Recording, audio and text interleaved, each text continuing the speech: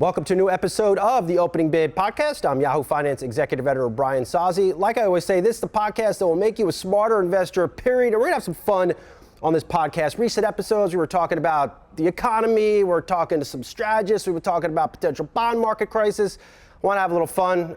It's the summer. And to that end, I want to bring in Roblox CEO Dave Baszucki. Dave, good to see you. It has been quite a while. Your platform has come a long way since we last spoke. So good to see you. Hey, it's great to be on the program, and I'm glad that you put us in the fun category. Yeah, I mean, it's gaming, but you guys do. I mean, you're in the market for fun, right? Right or wrong here? Well, we're in the gaming space right now, and the gaming market is huge. We've shared that the gaming market's a $190 billion market, and we have the goal of having 10% of that run on our Roblox platform. And as you saw last quarter, we made great progress in that direction. Take us through I love your earnings reports, Dave. You put out a lot of stats, a lot of figures. For those perhaps not as familiar as I am with your earnings calls, your financials, how big is Roblox right now?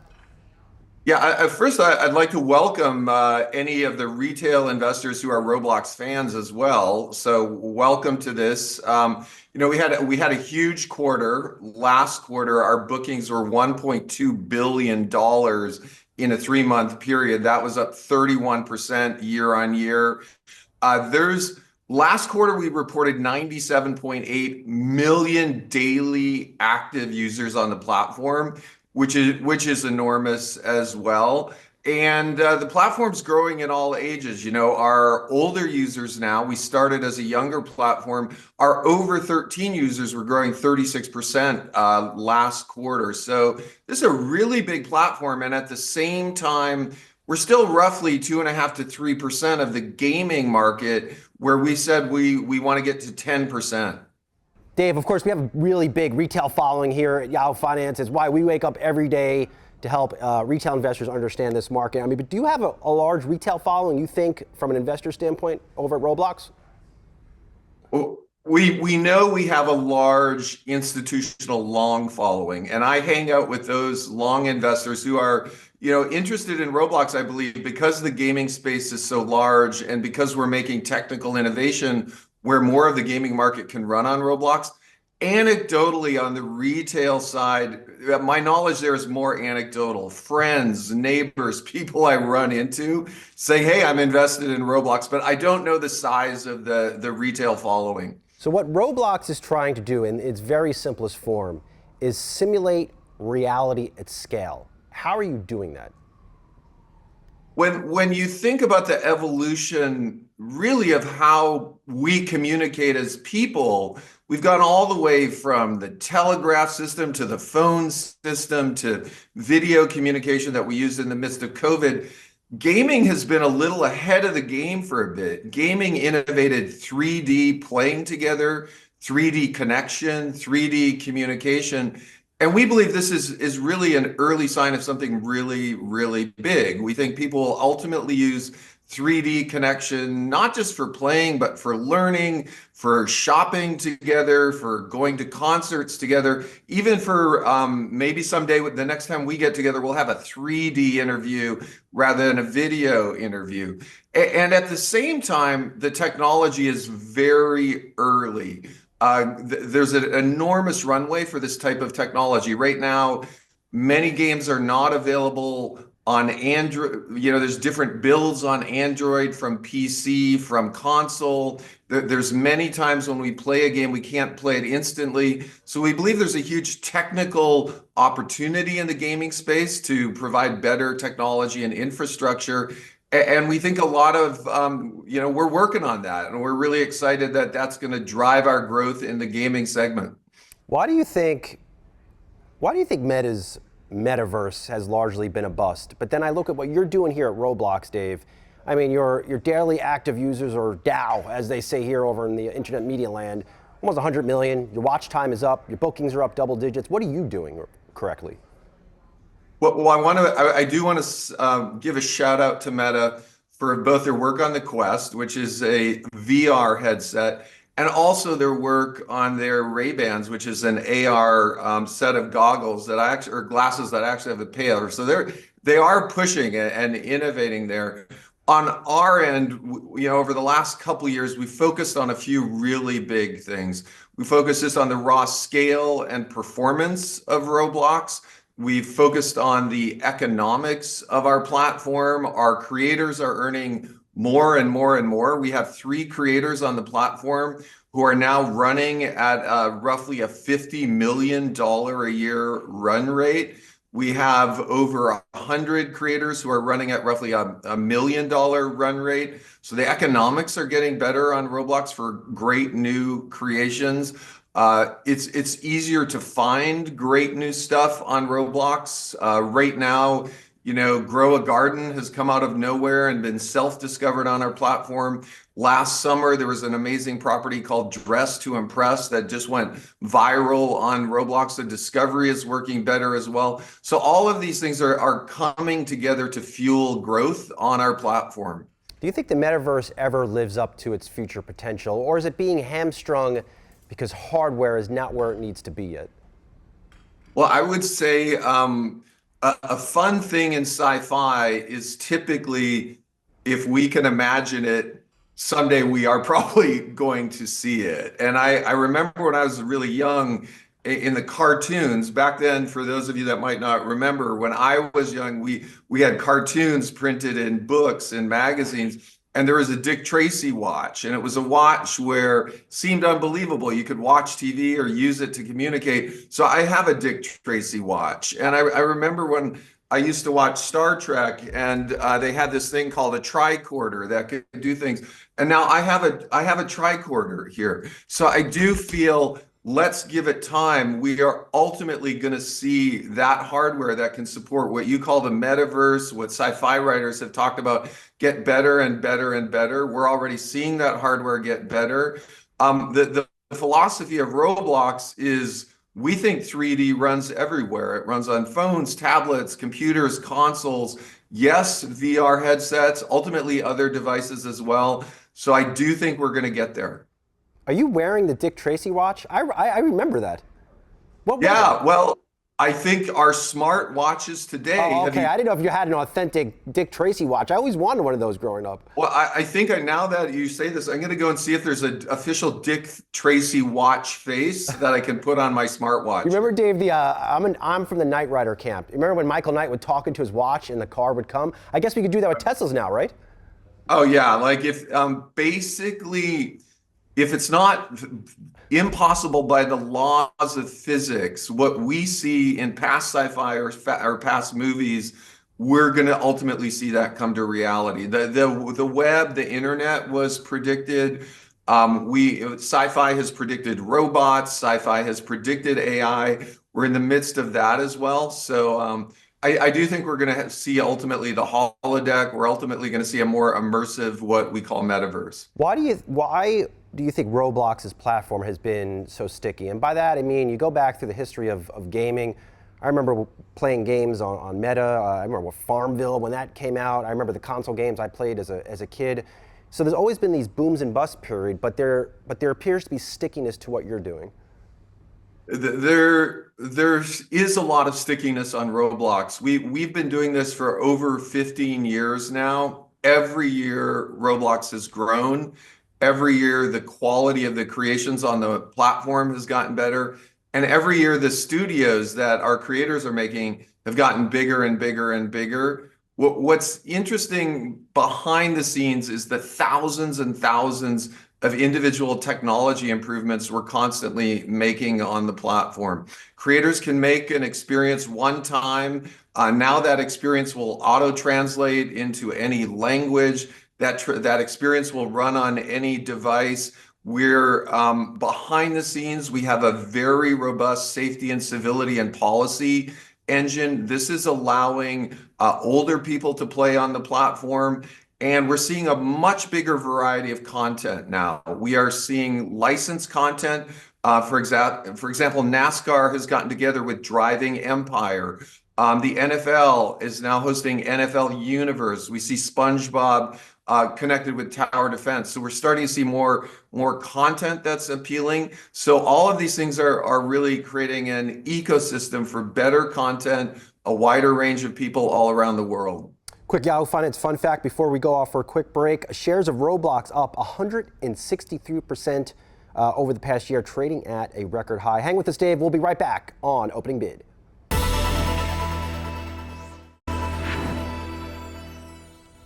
All right, welcome back to Opening Bid here at the NASDAQ in Times Square. At the top of the episode, I promised you some fun. I've been talking to a lot of economists, talking about a lot of crises.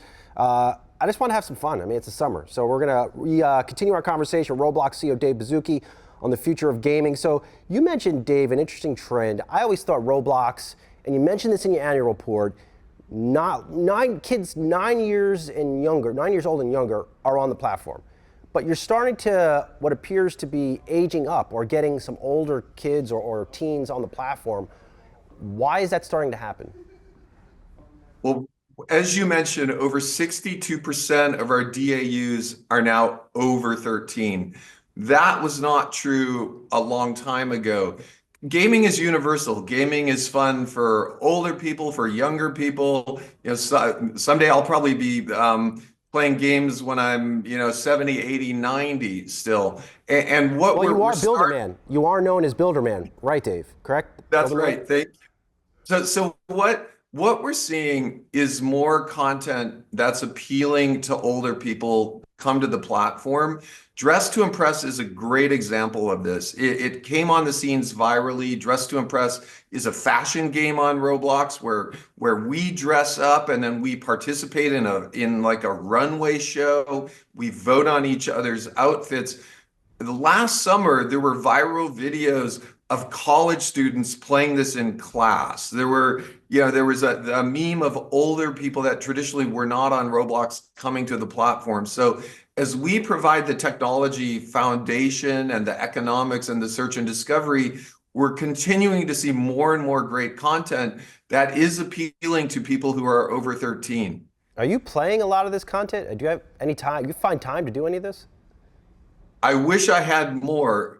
Literally the other day, I was planning a one-day Roblox playathon for myself because I have to schedule a full day just to go through the top 100 properties on the platform. Otherwise, I do get wrapped up in engineering and other things. So what is, to that end, I can't think of more companies on the pulse of AI. I talk to a lot of companies doing enterprise AI and agents, but I see your business model, Dave, and I have to think, wow, why are we going to need gaming coders in a year or two? I have to imagine AI eventually takes all of these gigs.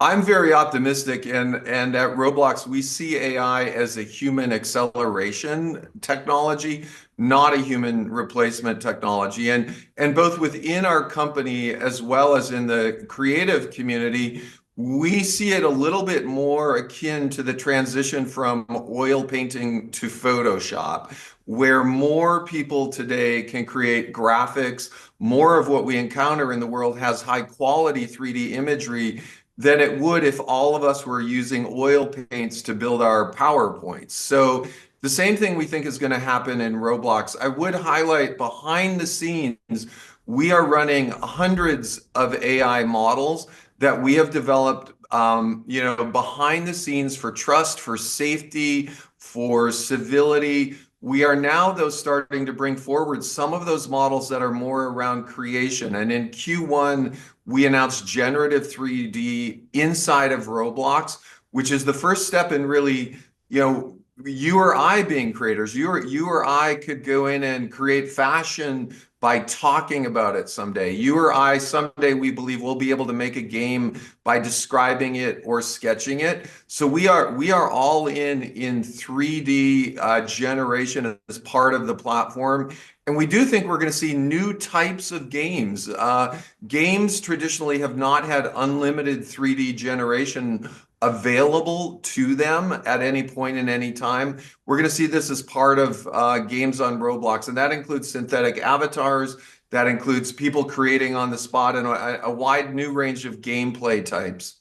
It seems like what you're doing is light years away from some of the more traditional gaming companies. I look at Electronic Arts, Take-Two. I'm not going to sit here and say they're not using AI, but they are, the way I think about traditional gaming publishers with publishing houses, lots of humans in there. I mean, AI we really have to be on the cusp of fundamentally changing how we consume a video game, no? I think there will be we believe, in one of our reasons for supporting the thesis that 10% of gaming will run on Roblox is we do believe the technology innovations we're making, running a 3D cloud for gaming, having a low latency, high performance client on any device, joining any game instantly rather than downloading it, having the same game run on a low-end Android and a high-end gaming PC. We do think the market is ready for that type of innovation. I do think there's still going to be a lot of people involved in creating games. The larger studios on Roblox, I believe, are going to be creating higher quality properties. We see more of our internal engineers working on our AI platform and then being more efficient in the way that they write code. But we're not necessarily thinking our internal engineers are going to be replaced or the creators on our platform. A lot has been written in the past, Dave, about what Roblox is doing to protect children on the platform. Some of it has been critical of the company, some of it has been complimentary of Roblox. What's the latest? What are the latest safeguards Roblox has in place to protect kids 9 years and under, or even teenagers, from consuming things they shouldn't be consuming? We're really glad we started as a younger person's platform. And that seems a little counterintuitive, but in doing that, we've worked on some very, very difficult technical problems and made some amazing technology advances over the last 15 years, to the point where today safety is literally built into the platform. Every image on our platform, every piece of 3D content, every text communication on the platform goes through computer and AI augmented filtration. We're literally shipping new safety advances every week, and we're forging ahead, not just in under 13, as you said. We think the new critical area is going to be 13 through 17. And we think that is still a special age for young people. And there should be some very thoughtful technology around who they communicate and how they communicate. So over the next month or two, you'll see us bringing forward some new innovations in that 13 through 17 space to augment everything we've done throughout our safety platform. Can you share one or two of them, Dave? Well, we think we're going to have various general types of connections on the platform. So we think for people in real life, we may treat your ability to communicate a little differently. So stay tuned on that. But really, our friend graph is going to get much more intelligent. All right, in the last couple minutes of the podcast, Dave, we always love to get hot takes. So I want to put two different questions to you. One, not many leaders I get to talk to that have their brother on the board. Your brother Greg is on the Roblox board. Does he ever give you any crap? I mean, how is that interaction like been through the years? I actually feel having a brother, the job of having a brother on the board is the person who can give you unlimited crap. And so in that sense, I feel it's a huge advantage because he doesn't pull any punches and he keeps it real. So I think it's a huge benefit. All right, and the next one is this. So I went to your annual report, and I haven't seen something like this before, so I'll put this to you. It says, halfway down, it says, quote, "We do not maintain key man life insurance for Dave Baszucki and do not believe any amount of key man insurance would allow us to recover from the full harm to our business if Dave Baszucki were to leave the company for any reason." That is a bold statement that not a lot of companies put it in. I mean, as a co-founder, how do you think about succession? I mean, given how important you have been to Roblox. Well, first, I'm flattered if that means I'm irreplaceable or something. I haven't seen that line, so that's an interesting thing. So thank you for sharing it. I would say I love running Roblox, and so there's a thoughtful long-term balance. But right now we're all in here. I'm all into the company, and I would say simultaneously we have such an amazing executive team we literally, each of our groups are essentially trying to train CEOs of those groups and give them a lot of autonomy. So we have a very deep bench as well. Big new hire in Naveen Chopra, someone I know well, covering his entire career at Paramount. I mean, what do you think he is going to bring to the table? He really has an interesting experience, a lot of time in media.